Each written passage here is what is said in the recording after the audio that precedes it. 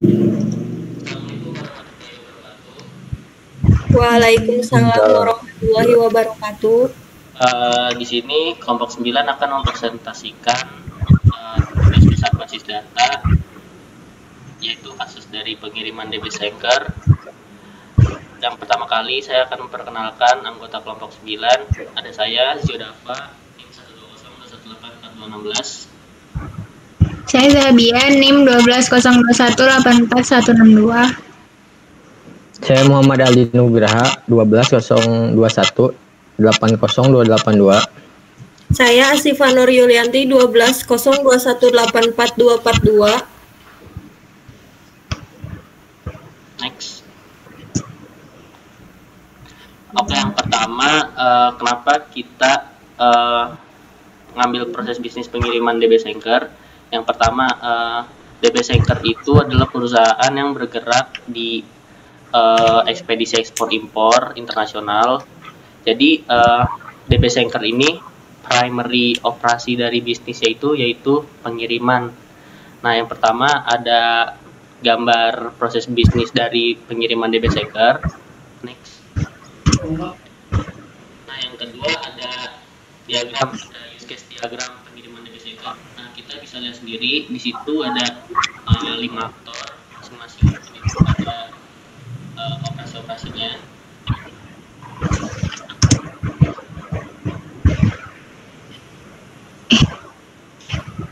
Dan ini merupakan kelas diagram pengiriman DB Anchor melalui aplikasi, di mana ada beberapa entity.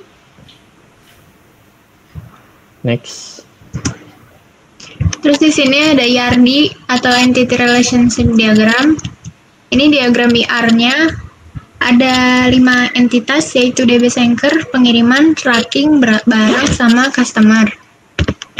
Yang pertama DB Anchor. Satu DB Anchor ini menyediakan banyak jasa pengiriman. Terus itu ada atribut-atributnya, di mana di DB Anchor ada primary key-nya yaitu kode perusahaan, terus multi value-nya nomor telepon perusahaan. Terus di pengiriman ada primary key-nya yaitu nomor pengiriman. Terus pengiriman ini mengirim barang. Sebelum mengirim barang, banyak customer dapat menyerahkan banyak barang. Di customer ada primary key-nya yaitu nomor customer, sama multi value-nya yaitu nomor telepon. Terus di barang ada kode barang sebagai primary key. Terus setelah itu pengiriman akan dikirim oleh tracking. Dan banyak pengiriman ini bisa dikirim oleh banyak tracking juga. Terus di trackingnya ada nomor tracking sebagai primary key, sama multi value-nya ada nomor telepon tracking. Kemudian ada mode relasionalnya, yaitu di sini ada customer, barang, tracking, sama pengiriman. Di sini ada mode relasional, ada tabel. Yang pertama itu ada tabel customer. Yang di dalamnya itu ada nomor customer, nama customer, jenis kelamin, alamat, sama nomor telepon customer. Terus di bawahnya ada tabel kode barang. Ada kode barang, nama barang, jenis barang, jumlah barang, berat, sama asuransi.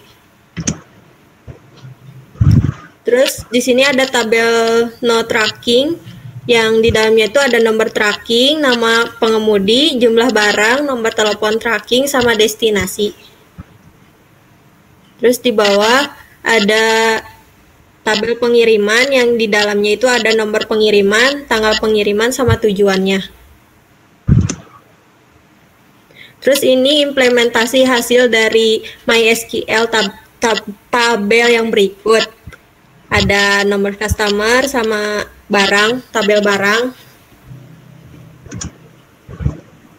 Terus di sini ada hasil dari MySQL tracking sama tabel pengiriman.